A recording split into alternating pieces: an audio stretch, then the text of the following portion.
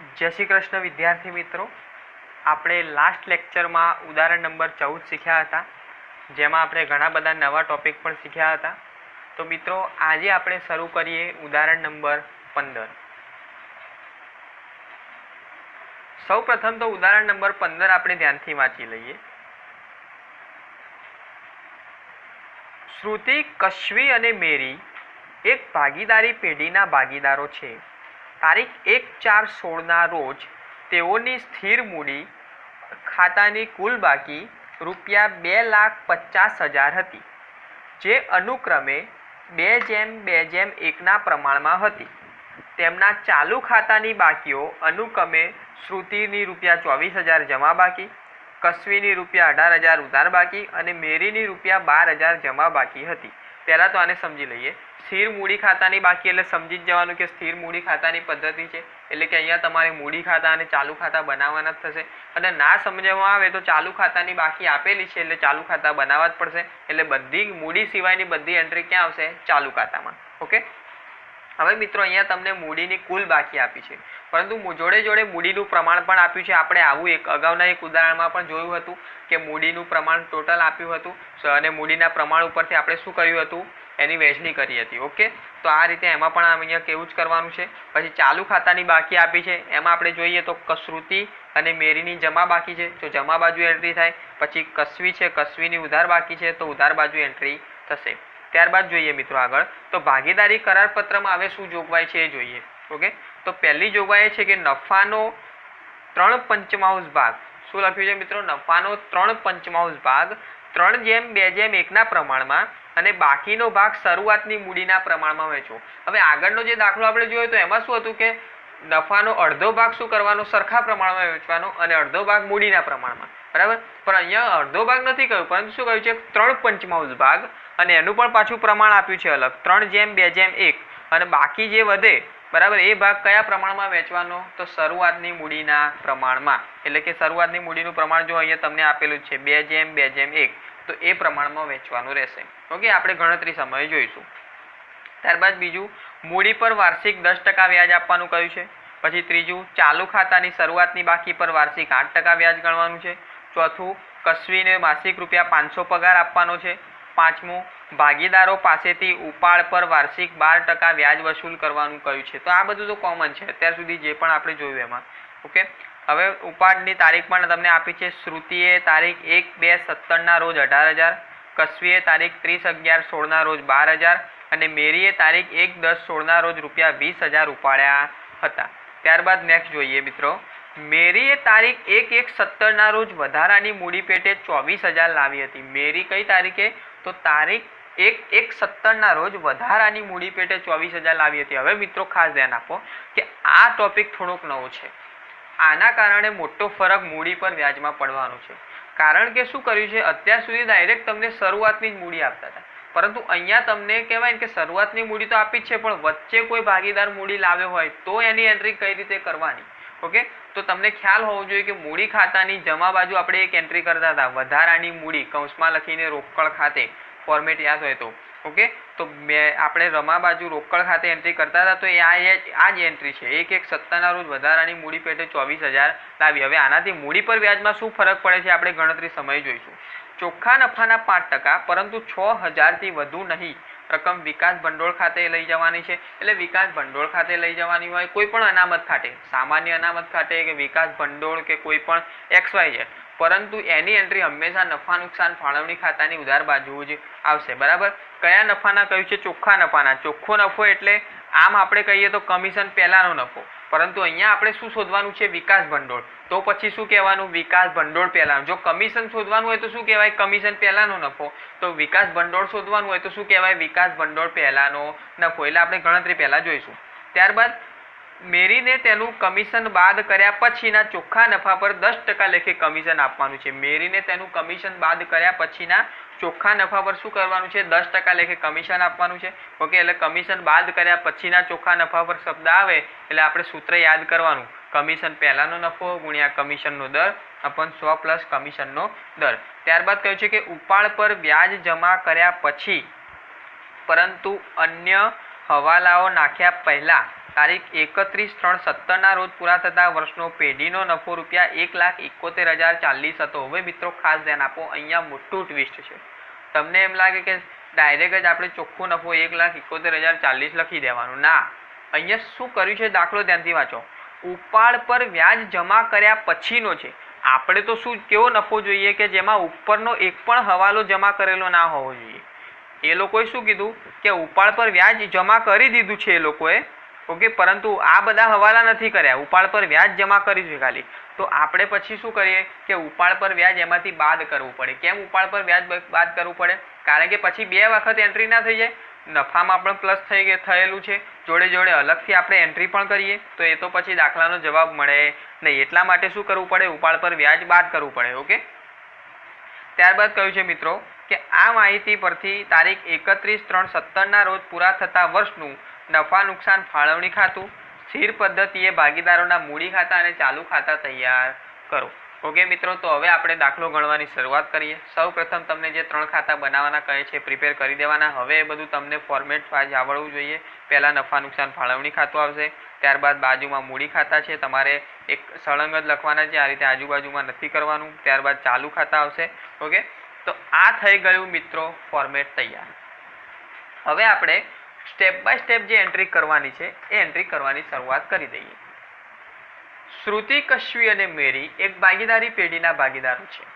તારીખ 1/4/16 રોજ તેઓની સ્થિર મૂડી ખાતાની કુલ બાકી ₹2,50,000 હતી, જે અનુક્રમે 2:2:1 પ્રમાણમાં હતી। હવે મિત્રો સૌ પ્રથમ આપણે આની એન્ટ્રી કરીએ। તો મિત્રો અગાઉ આપણે મૂડીની વહેંચણી કઈ રીતે કરવી એ આપણે શીખી ગયા છીએ। જેને પણ નથી આવડતું એકવાર એ ઉદાહરણ જોઈ શકે છે, ઓકે। અગાઉનું જે પણ ઉદાહરણ 12 અથવા તો 13 એમાં કહેવાય ને કે આપણે મૂડીની વહેંચણીનો ટોપિક શીખ્યા હતા કે 2,50,000 છે અને આ તો વહેંચણી હવે બધાને આવડી જ જવી જોઈએ, કારણ કે આપણે નફામાં પણ આ રીતે જ વહેંચણી કરીએ છીએ। એટલે કે 2,50,000 જે છે એ 2,50,000ની શું કરવાની છે? 2:2:1 પ્રમાણમાં વહેંચણી, ઓકે। તો મૂડીની પહેલા તો એન્ટ્રી ક્યાં આવે? ભાગીદારોના મૂડી ખાતાની જમા બાજુએ, ઓકે। તો જમા બાજુ એન્ટ્રી કરી દઈએ। તારીખ આવશે 1/4/16, બાકી આગળ લાવ્યા। શ્રુતિની મૂડી કેટલી આવશે? 1 લાખ। હવે કેલ્સી જોડે લઈ લેજો, તો હું જે પ્રમાણે કહું એ રીતે કેલ્સીમાં કરજો, ઓકે। 2,50,000 ગુણ્યા 2 ભાગ્યા 5, 2,50,000 ગુણ્યા 2 ભાગ્યા 5 તમે કરશો એટલે તમને મિત્રો આન્સર મળશે 1 લાખ। 5 ક્યાંથી આવ્યા? તો ત્રણેયનું ટોટલ 2, 2, 4 ને 1, 5। એના પછી અહીંયા 1 લાખ પણ એ રીતે જ આવશે, ઓકે। 2,50,000 ગુણ્યા 2 ભાગ્યા 5, પછી મેરીમાં 50,000 કઈ રીતે આવશે? તો 2,50,000 ગુણ્યા 1 ભાગ્યા 5, ઓકે। તો મિત્રો આ રીતે તમે કરશો એટલે તમને આન્સર મળશે, મૂડીની વહેંચણી થઈ ગઈ, ઓકે। ત્યારબાદ આપણે જોઈએ ચાલુ ખાતાની બાકીઓ અનુક્રમે શ્રુતિની 24,000 જમા બાકી, કશ્વીની 18,000 ઉધાર બાકી અને મેરીની 12,000 જમા બાકી। તો પહેલાં આપણે જમા બાકીની એન્ટ્રી કરીએ। તો જમા બાકીની એન્ટ્રી ક્યાં આવશે? જમા બાજુ, તારીખ ચાલુ ખાતામાં જમા બાજુ તારીખ 1/4/16, બાકી આગળ લાવ્યા। શ્રુતિમાં કેટલા રૂપિયા છે? 24,000। હવે ભૂલથી પણ કશ્વીમાં અહીંયા ના લખાય, કેમ? કારણ કે કશ્વીની કઈ બાકી છે? ઉધાર બાકી, કૌંસમાં લખ્યું છે ઉધાર, એટલા માટે ઉધાર બાજુ એન્ટ્રી થાય એની, એટલા માટે કશ્વીના ખાનામાં અહીંયા શું કરવાનું? ડેશ। પછી મેરીની જમા બાકી છે તો 12,000। હવે આની માટે ઘણા શું કરે? અલગ અલગ તારીખ લખે, તો એવું નહીં લખવાનું। મેં તમને પહેલાં પણ કહેલું છે કે તારીખ સેમ હોય, વિગત સેમ હોય તો પછી શું કરવાનું? અહીંયા બંનેની એક જ ખાનામાં રકમ લખી જ દેવાની, અલગ એન્ટ્રી આપવાની જરૂર નથી। એટલે કે બંનેની ચાલુ ખાતાની જમા બાકીની એન્ટ્રી થઈ ગઈ। ત્યારબાદ હવે કશ્વીની ઉધાર બાકીની એન્ટ્રી કરીએ। 1/4/16 બાકી આગળ લાવ્યા, કશ્વીની રકમ કેટલી છે? 18,000। તો હવે આ થઈ ગઈ ચાલુ ખાતા સુધીની એન્ટ્રીઓ। હવે આપણે કરારપત્રની જોગવાઈઓ સોલ્વ કરીએ। સૌ પ્રથમ તમને કહ્યું છે નફાનો 3/5 ભાગ 3:2:1 પ્રમાણમાં અને બાકીનો ભાગ શરૂઆતની મૂડીના પ્રમાણમાં વહેંચવો। હવે આ ટોપિક નફાનો છે એટલે આ ટોપિક તો આપણે આખો દાખલો પૂરો થાય પછી જ કરી શકીએ, એટલે આને સ્કીપ કરો। બીજું ટોપિક કહ્યું છે મૂડી પર વાર્ષિક 10% વ્યાજ આપવાનું છે। હવે મિત્રો આમાં ધ્યાન આપો, મૂડી પર વાર્ષિક કેટલા ટકા વ્યાજ આપવાનું કહ્યું છે? 10%। તો આમ તો આપણે ડાયરેક્ટ શું કરીએ કે અહીંયા જો તમને જે મૂડી આપેલી છે, જેમ કે શ્રુતિની મૂડી 1 લાખ, કશ્વીની મૂડી 1 લાખ, મેરીની મૂડી 50,000, ઓકે। તો હવે આ જે મૂડી આપી છે એના ડાયરેક્ટ આપણે 10% કરી દઈએ। પરંતુ અહીંયા એક ટ્વિસ્ટ હતું, મેં તમને અગાઉ પણ કહ્યું કે ત્રીજો જે છેલ્લો ફકરો છે એમાં તમને જો મેરીની વધારાની મૂડી પણ આપી છે। મેરીની વધારાની મૂડી કેટલી આપી છે? તારીખ 1/1/17 રોજ વધારાની મૂડી પેટે 24,000 લાવી હતી. તો એ વધારાની મૂડીના જે લાવી 24,000 એનું પણ વ્યાજ ગણવું પડશે ને. તો સૌ પ્રથમ એની એન્ટ્રી પણ આપવી પડે. એટલા માટે હું કહું છું કે એકાઉન્ટમાં ગમે ત્યારે, એક્ઝામમાં કે ગમે ત્યારે પણ સૌ પ્રથમ એકવાર દાખલો આખો ધ્યાનથી વાંચી જ લેવાનો, ફરજિયાત વાંચી લેવાનો. એનું કારણ એ છે કે તમે એકવાર ધ્યાનથી વાંચેલો હશે તો તમને કહેવાય કે કોઈ એન્ટ્રી ઉપર નીચે થતી હશે તો યાદ રહેશે કે ના, હજી આની આ એન્ટ્રી બાકી છે. હવે તમે જો ધ્યાનથી વાંચ્યા વગર જ એન્ટ્રી કરવાનું ચાલુ કર્યું હોય તો મૂડીની કહેવાય કે ડાયરેક્ટ તમે વ્યાજ કઈ રીતે શોધી દો? 10%. પછી છેલ્લે ખબર પડે કે અહીંયા તો મૂડી હજી બીજી વધારાની લખેલી છે.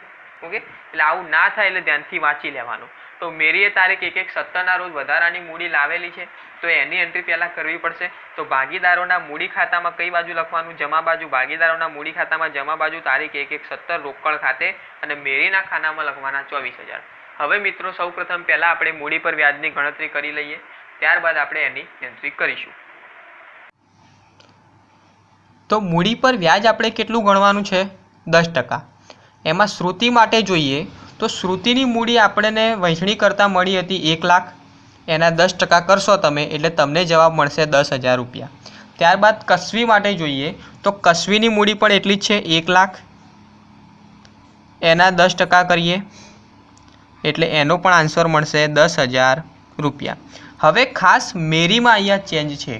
મેરીમાં શું ચેન્જ છે કે એની શરૂઆતની મૂડી તો આપેલી જ છે 50,000, પરંતુ પ્લસ વધારાની મૂડી પણ એ લાવી છે. કઈ તારીખે? 1/1/17 રોજ. એટલે ટોટલ એની મૂડી કેટલી થાય? 74,000. એટલે ઘણા શું કરે? ડાયરેક્ટ 74,000ના 10% કરી દે. પરંતુ ડાયરેક્ટ 74,000ના 10% કરવાના નથી. કેમ? કારણ કે જે મૂડી જેટલી વર્ષ દરમિયાન વપરાઈ હોય એટલું જ એનું વ્યાજ ગણાય. ઓકે, તો આ 50,000 જે છે એ ધંધાની શરૂઆતથી જ હતા તો આના ઉપર આખા વર્ષનું વ્યાજ ગણાય. અને આ 24,000 કઈ તારીખે આવ્યા? 1/1/17 આવ્યા. તો એના પર માત્ર કેટલા મહિનાનું વ્યાજ ગણાય? 3 મહિના. કઈ રીતે? પહેલો, બીજો અને ત્રીજો. ઓકે, પહેલી તારીખ છે એટલે પહેલો મહિનો કન્સિડર કરવાનો. એટલે પહેલો, બીજો અને ત્રીજો 3 મહિનાનું વ્યાજ ગણાય. તો પહેલાં આ 50,000ના 10% કરીએ એટલે કેટલા આવે? 5,000. પછી આ 24,000નું વ્યાજ ગણવાનું હોય તો એ કઈ રીતે ગણવાનું છે જુઓ. 24,000 એના 10% ઇન્ટુ કેટલા મહિના? 3 મહિના. તો 3/12. હંમેશા મહિનાની ગણતરી કરતા હોય એટલે અપોનમાં 12 લેવાના. ઓકે, એટલે 24,000 ઇન્ટુ 10% ઇન્ટુ 3/12 તમે કરશો એટલે એનો આન્સર તમને મળશે 600 રૂપિયા. એનો આન્સર કેટલો મળશે? 600 રૂપિયા. એટલે ટોટલ એનું વ્યાજ કેટલું આવશે? મૂડી પર વ્યાજ 5,600 રૂપિયા. ઓકે, મેરીમાં ફરીથી એકવાર જોઈ લો. 50,000 એની શરૂઆતની મૂડી હતી અને 24,000 વધારાની મૂડી હતી. એ કઈ તારીખે લાવી હતી? 1/1/17. તો આ 50,000 રૂપિયા આખા વર્ષનું વ્યાજ ગણાય 5,000. પરંતુ આજે 24,000 છે એના પર માત્ર કેટલા મહિનાનું ગણાય? 3 મહિનાનું. અને બંનેનું ટોટલ વ્યાજ આવે 5,600. એટલે આપણે એન્ટ્રી આપવાની 5,600ની. ઓકે, તો હવે આપણે મૂડી પર વ્યાજની એન્ટ્રી કરી લઈએ. તો મિત્રો હવે આપણે મૂડી પર વ્યાજની ગણતરી કરી લીધી તો એની એન્ટ્રી પણ કરી લઈએ. મૂડી પર વ્યાજની એન્ટ્રી ખાસ ધ્યાન રાખવાનું છે કે હવે આપણે ચાલુ ખાતા બનાવીએ છીએ એટલે ચાલુ ખાતાની કઈ બાજુ આવશે? જમા બાજુ. તો એક એન્ટ્રી આપણે લખીએ તારીખ 31/3/17 મૂડી પર વ્યાજ. શ્રુતિની મૂડી પર વ્યાજ આવ્યું 10,000. પછી કસ્વીનું આવશે 10,000 અને મેરીનું કેટલું મળ્યું? 5,600. હવે આપણે આની ક્રોસ એન્ટ્રી કરી લઈએ. ક્રોસ એન્ટ્રી આવશે નફા નુકસાન ફાળવણી ખાતામાં ઉધાર બાજુ. એમાં શ્રુતિનું 10,000, કસ્વીનું 10,000, મેરીનું 5,600. એટલે ટોટલ આવશે 25,600. ઓકે મિત્રો, તો આ તો થઈ ગઈ નફા નુકસાન ફાળવણી ખાતામાં મૂડી પર વ્યાજની એન્ટ્રી. ત્યારબાદ આગળ જઈએ તો ચાલુ ખાતાની શરૂઆતની બાકી પર વાર્ષિક 8% વ્યાજ ગણવાનું કહ્યું છે મિત્રો. કેટલા ટકા વ્યાજ ગણવાનું છે? ચાલુ ખાતાની બાકી શરૂઆતની એટલે કે આ જે તમને આપેલી છે 18,000, પછી અહીંયા 24,000, પછી 12,000. તો એના ઉપર જ કેટલા ટકા વ્યાજ ગણવાનું છે? 8%. તો એમાં કોઈ અલગથી ગણતરી કરવાની જરૂર નથી. કેલ્ક્યુલેટરમાં હું જે પ્રમાણે કહું એ રીતે કરજો. સૌ પ્રથમ આપણે જમા બાકીનું વ્યાજ શોધીએ. તો જમા બાકીનું વ્યાજની એન્ટ્રી ક્યાં આવે? ચાલુ ખાતામાં જમા બાજુ એન્ટ્રી આવશે. તારીખ આવશે 31/3/17. ચાલુ ખાતાની જમા બાકીનું વ્યાજ. હવે અહીંયા 1920 કઈ રીતે આવ્યા? તો 24,000 જે છે 24,000ના ડાયરેક્ટ કેલ્ક્યુલેટરમાં 8% કરશો એટલે તમને જવાબ મળશે 1920. પછી અહીંયા 12,000 છે તો 12,000ના તમે કરશો 8% એટલે તમને આન્સર મળશે 960. 60। હવે આ ચાલુ ખાતાની જમા બાકીનું વ્યાજ મળી ગયું, તો એની ક્રોસ એન્ટ્રી ક્યાં જાય? નફા નુકસાન ફાળવણી ખાતામાં ઉધાર બાજુએ જાય। તો ઉધાર બાજુ એન્ટ્રી કરીએ, એની ચાલુ ખાતાની જમા બાકીનું વ્યાજ શ્રુતિનું છે 1920, મેરુની છે 960, એટલે જવાબ ટોટલ મળશે તમને 2880। ઓકે મિત્રો, તો ક્રોસ એન્ટ્રી થઈ ગઈ જમા બાકીના વ્યાજની। હવે આપણે ઉધાર બાકીનું વ્યાજ શોધીએ, તો ઉધાર બાકીનું વ્યાજ ક્યાં આવશે? તો ઉધાર બાકીનું વ્યાજ આવશે 1416, જે 18000 છે એનું વ્યાજ શોધીએ। તો હવે મિત્રો ધ્યાન રાખો કે અહીંયા મેં અમુક લાઈન છોડીને એન્ટ્રી કેમ કરી? એનું કારણ એ છે મિત્રો કે અગાઉ આપણે જોયું કે હજી ઉપાડની ઘણી બધી તારીખો આવે છે। ઉપાડની તારીખો આપણે જોઈએ, હજી ઉપાડની એન્ટ્રી કરવાની બાકી છે। અને ઉપાડમાં તારીખ જુઓ, ઉપાડમાં કઈ કઈ તારીખ આપી છે? 1/2/17, 30/11/16, 1/10/16। એનો અર્થ શું કે 31/3/17 પહેલાની તારીખો આ છે બધી। એટલા માટે મેં તમને કહ્યું છે કે વિગત મુજબ એન્ટ્રી ઉપર નીચે થાય તો કોઈ વાંધો નથી, પરંતુ તારીખ પ્રમાણે એન્ટ્રી બરાબર હોવી જોઈએ। હવે હું 31/3/17 ચાલુ ખાતાની ઉધાર બાકીનું વ્યાજ જે છે એ ઉધાર બાજુ પહેલા શરૂઆતમાં જ લખી દઉં। ઓકે, તો પછી શું થાય? તારીખો બધી ઉપર નીચે થઈ જાય। એટલા માટે જો દાખલો ધ્યાનથી વાંચેલો હોય બરાબર, તો તમને ખ્યાલ રહે તો આશરે લાઈન છોડી દેવાની, એમાં કોઈ વાંધો નથી। એકાદી લાઈન છૂટી જશે વચ્ચે તોય કોઈ વાંધો નથી। ઓકે, અને એવું હોય તો જ્યારે આવો ટોપિક આવે એટલે પહેલાં શું કરવાનું? એ એન્ટ્રીઓ લખી દેવાની યાદ કરીને। ઓકે, તો ચાલુ ખાતાની ઉધાર બાકીનું વ્યાજ કઈ રીતે 1440 આવ્યું? તો આ જે 18000 છે, 18000ના કેટલા ટકા કરવાના? 8%, એટલે તમને આન્સર મળશે 1440। એની ક્રોસ એન્ટ્રી ક્યાં આવશે? નફા નુકસાન ફાળવણી ખાતામાં જમા બાજુ એક લાઈન છોડવાની, કૌંસમાં નામ લખવાનું કે કસ્વીનું છે। ઓકે, 1440। અને એક લાઈન કેમ છોડીએ તો તમને હવે ખબર જ છે કે ચોખ્ખો નફો લખવાનો બાકી છે। એના પછી મિત્રો આગળ જઈએ આપણે। કસ્વીને માસિક રૂપિયા 500 પગાર આપવાનો છે। માસિક કેટલો પગાર આપવાનું કહ્યું છે? 500। ઓકે, માસિક પગાર 500, તો એક મહિનાનો 500, તો 12 મહિનાનો કેટલો આવશે? 6000। તો પગારની એન્ટ્રી ક્યાં આવશે? ભાગીદારોના ચાલુ ખાતામાં જમા બાજુ તારીખ આવશે 31/3/17 પગાર ખાતે, અને કસ્વીનો પગાર કસ્વીના ખાનામાં 6000। હવે એની ક્રોસ એન્ટ્રી ક્યાં આવશે? નફા નુકસાન ફાળવણી ખાતામાં ઉધાર બાજુ। હંમેશા એટલું યાદ રાખવાનું કે એક એન્ટ્રી જમા થાય તો બીજી એન્ટ્રી ઉધાર થાય। ઓકે, તો ઉધાર બાજુ લખ્યું પગાર ખાતે, કૌંસમાં નામ મેન્શન કરવાનું કસ્વી, અને આન્સર આવશે 6000। તો આ થઈ ગઈ પગારની એન્ટ્રી। ત્યારબાદ હવે આપણે જોઈએ મિત્રો, ભાગીદારો પાસેથી ઉપાડ પર વાર્ષિક 12% વ્યાજ વસૂલ કરવાનું છે। ઉપાડ પર કેટલા ટકા વ્યાજ લેવાનું છે? 12%। પરંતુ હજુ ઉપાડની તો એન્ટ્રી કરવી પડશે ને આપણે, તો પહેલા આપણે ઉપાડની એન્ટ્રી કરીએ। તો ઉપાડમાં આપણને કહ્યું છે કે શ્રુતિએ તારીખ 1/2/17 ના રોજ 18000, કસ્વીએ તારીખ 30/11/16 ના રોજ 12000, અને મેરીએ તારીખ 1/10/16 ના રોજ 20000 ઉપાડ્યા હતા। હવે આમાં ધ્યાન આપો, હવે આમાં આપણે શું ભૂલ કરીએ કે આપણને લાઇનસર આપ્યું છે શ્રુતિ, કસ્વી અને મેરી, એટલે આપણે સીધું લાઇનસર જ એન્ટ્રી કરી દઈએ ના। તારીખ પહેલા જોવાની કે કોને પહેલા ઉપાડ કર્યો છે। તો સૌ પ્રથમ જોઈએ ને તો મેરીની તારીખ પહેલા આવે 1/10/16, એટલે પહેલા મેરીની એન્ટ્રી થાય। મેરીની એન્ટ્રી કરીએ તારીખ 1/10/16, વિગતમાં લખવાનું ઉપાડ ખાતે, અને કેટલા આવશે? મેરીના 20000 રૂપિયા। હવે જો તારીખ પણ અલગ અલગ છે ત્રણેયની, બરાબર, તારીખ ત્રણેયની અલગ અલગ છે, એટલા માટે આપણે અલગ અલગ ઉપાડ ખાતેની એન્ટ્રી કરવી જ પડે। આમાં એક જ માં તમે રકમ લખી દો ખાનામાં તો ના ચાલે। હવે એના પછી કોની તારીખ આવે છે? 30/11/16 કસ્વીની, તો કસ્વીની એન્ટ્રી કરીએ 30/11/16 ઉપાડ ખાતે, કસ્વીના ખાનામાં 12000, અને પછી છેલ્લે આવે છે 1/2/17 ઉપાડ ખાતે, કોની આવે છે? શ્રુતિ, અને 18000 રૂપિયા। ઓકે, તો આ રીતે ખાસ ધ્યાન રાખવાનું છે કે તારીખ પ્રમાણે ઉપર નીચે ના થવું જોઈએ। આમ તમે ઉપાડ કસ્વીનો ઉપાડ પહેલા લખો પછી લખો કોઈ વાંધો નથી, પરંતુ તારીખ પ્રમાણે ઉપર નીચે થતું હોવું જોઈએ નહીં। ઓકે, એટલે તારીખ પ્રમાણે સળંગ હોવું જોઈએ। હવે આપણે આ ઉપાડની કહેવાય કે એન્ટ્રી કરી લીધી। હવે ઉપાડ પર વ્યાજ આપણે ગણવાનું છે કેટલા ટકા? 12%। ઓકે, એમાં ત્રણેય વ્યક્તિની ઉપાડ પર વ્યાજ માટે અલગ અલગ તારીખ આપેલી છે, એટલે કે એમાં કેટલા મહિનાનું વ્યાજ ગણવાનું છે એ ખાસ ધ્યાન રાખવું પડશે।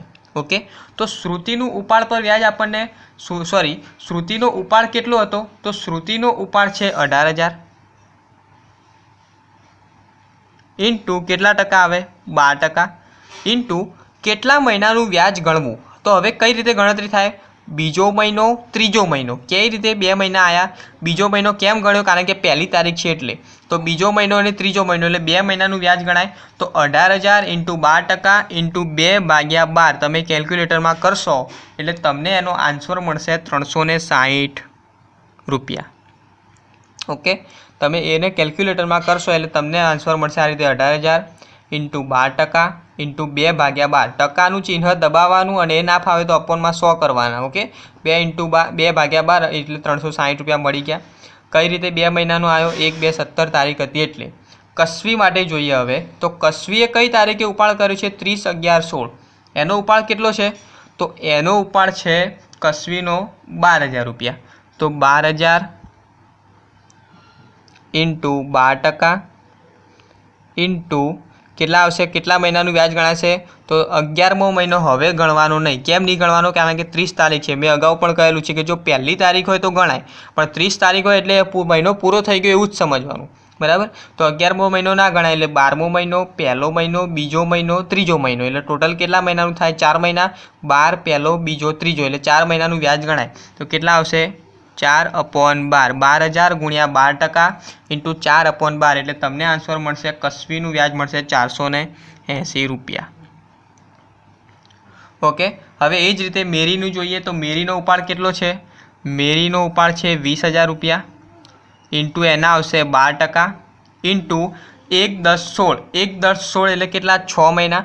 6 મહિનાનું વ્યાજ ગણાય. 10મો મહિનો, 11મો મહિનો, 12મો મહિનો, પહેલો મહિનો, બીજો મહિનો અને ત્રીજો મહિનો. 10, 11, 12, પહેલો, બીજો, ત્રીજો એટલે 6 મહિનાનું વ્યાજ ગણાય. તો 6/12. ઓકે, એટલે 20,000 ગુણ્યા 12% ઇન્ટુ 6/12 કરશો એટલે એનો આન્સર તમને મળશે 1200 રૂપિયા. ઓકે, એટલે શ્રુતિની તારીખ 1/2/17 હતી એટલે 2 મહિનાનું વ્યાજ, કસ્વીની તારીખ 30/11/16 હતી એટલે 4 મહિનાનું વ્યાજ અને મેરીની તારીખ 1/10/16 હતી એટલે 6 મહિનાનું વ્યાજ. ઓકે, તો હવે આપણે ઉપાડ પર વ્યાજની એન્ટ્રી કરી લઈએ. તો હવે આપણને ઉપાડ પર વ્યાજ મળી ગયું છે. તો એની એન્ટ્રી આવશે ભાગીદારોના ચાલુ ખાતામાં ઉધાર બાજુ. તો ચાલુ ખાતામાં ઉધાર બાજુ તારીખ આવશે 31/3/17.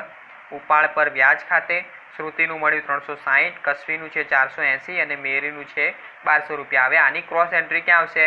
નફા નુકસાન ફાળવણી ખાતામાં જમા બાજુ. તો જમા બાજુ એન્ટ્રી કરીએ ઉપાડ પર વ્યાજ.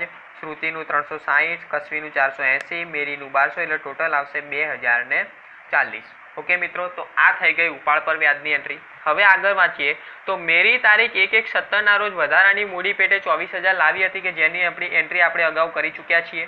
ઓકે, ત્યારબાદ ચોખ્ખા નફાના 5% પરંતુ 6,000થી વધુ નહીં રકમ વિકાસ ભંડોળ ખાતે લઈ જવાની છે. મેં તમને કહ્યું છે કે નફાવાળો કોઈ પણ ટોપિક આવે એટલે પહેલાં આખો દાખલો પૂરો કરી દેવાનો, એના પછી જ કહેવાય કે એની ગણતરી કરવાની. એટલે હવે આને સ્કીપ કરી દઈએ.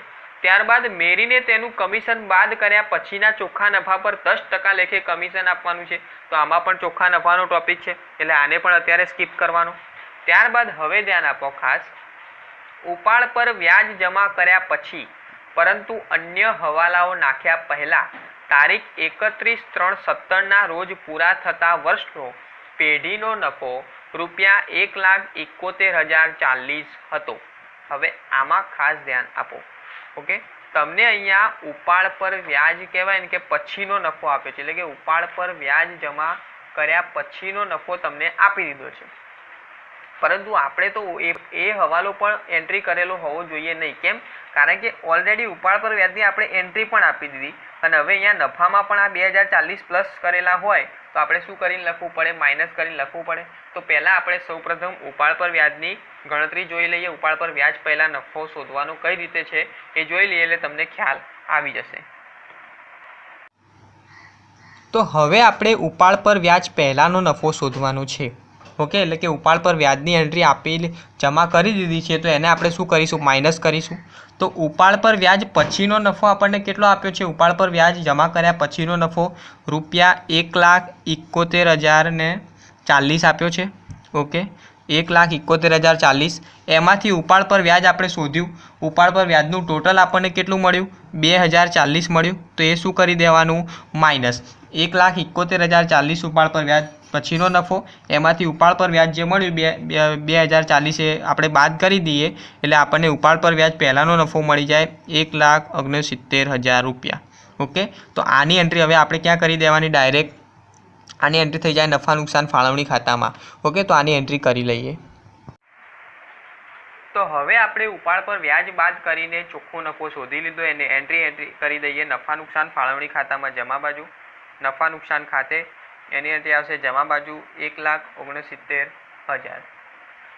એના પછી આગળ જોઈએ ઉપરની માહિતી પરથી તારીખ 31/3/17 રોજ પૂરા થતા વર્ષનું નફા નુકસાન ફાળવણી ખાતું, સ્થિર પદ્ધતિએ મૂડી ખાતા અને ચાલુ ખાતા તૈયાર કરો.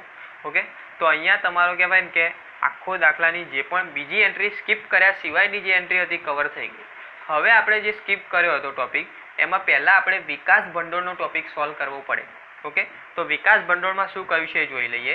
ચોખ્ખા નફાના 5%, પરંતુ શું કહ્યું છે કૌંસમાં જુઓ 6000થી વધુ નહીં. એટલે ચોખ્ખા નફાના તમે 5% તો આપો, પરંતુ 6000થી વધારે ના થઈ જવા જોઈએ. પછી જો 6000થી વધારે રકમ થતી હોય તો 6000 જ આપવાના, બરાબર. અને એના માટે કહ્યું છે કે એટલી રકમ વિકાસ ભંડોળ ખાતે લઈ જવાની છે. હવે ચોખ્ખો નફો એટલે મેં તમને કહેલું છે કે વિકાસ ભંડોળ પહેલાંનો નફો. કયો નફો? વિકાસ ભંડોળ પહેલાંનો નફો. ઓકે, એટલે કે વિકાસ ભંડોળ પહેલાંનો એટલે નફો, એટલે કે એના માટે આપણે ગણતરી કરી લઈએ પહેલાં, એટલે તમને ખ્યાલ આવી જશે.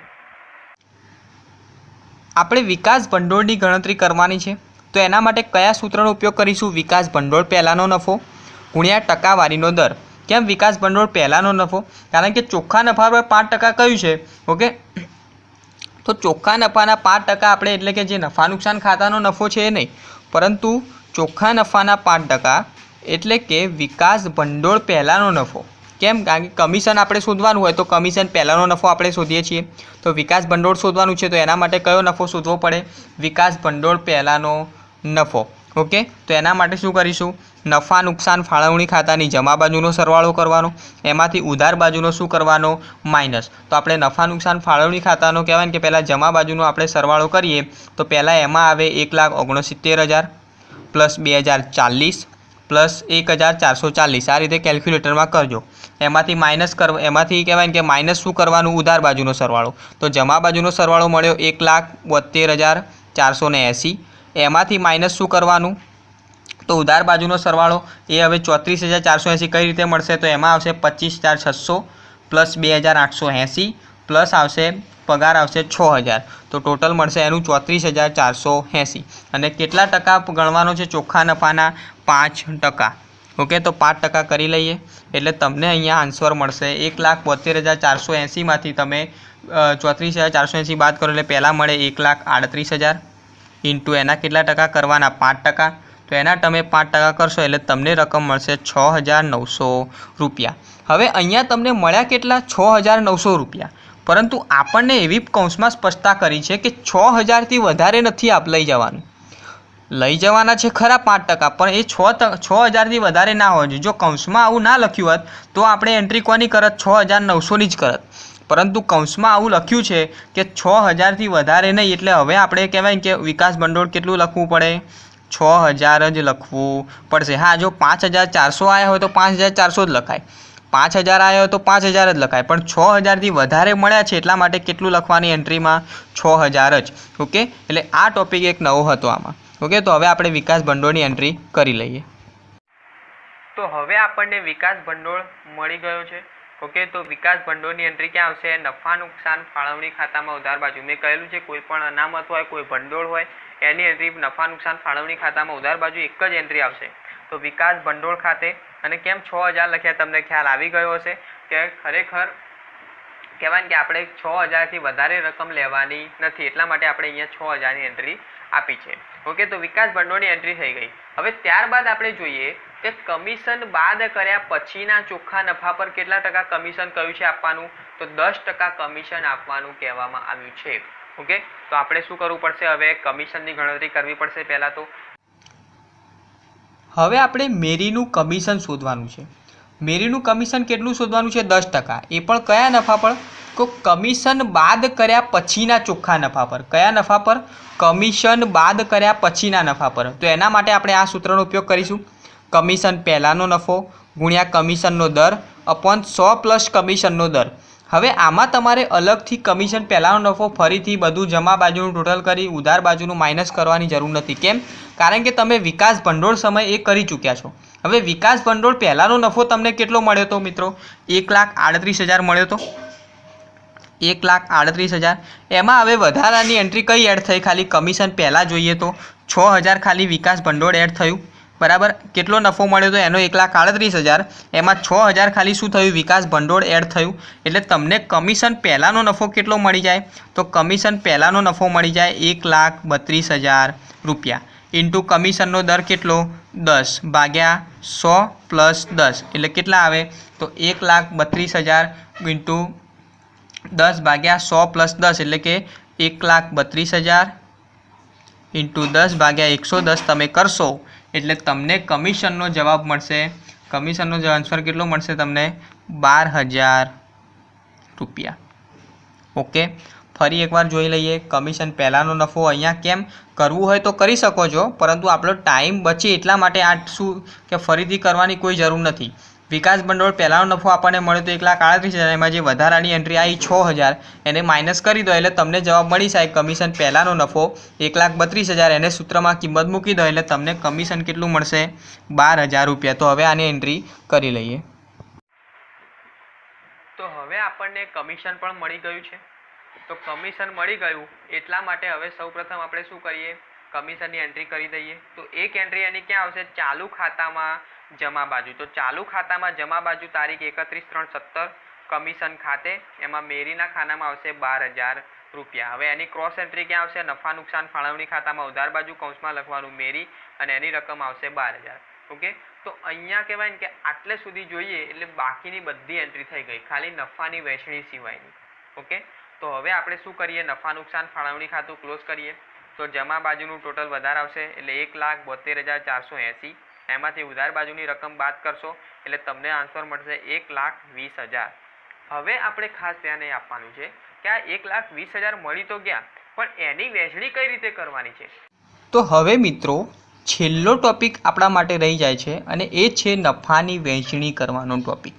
ઓકે, આપણે શું કરવાનું છે? જે 1,20,000 આપણને મળે છે, ઓકે, તો એની શું કરવાની છે આપણે? વહેંચણી. તો વહેંચણી માટે આપણને કહ્યું છે કે 3/5 ભાગ, એનો જે 3/5 ભાગ છે એની આપણે કયા પ્રમાણમાં વહેંચણી કરવાની છે? તો એની આપણે કહેવાય ને કે શ્રુતિ, કસ્વી અને મેરી એમાં 3:2:1 પ્રમાણમાં વહેંચણી કરવાની છે. કેટલા પ્રમાણમાં? 3:2:1.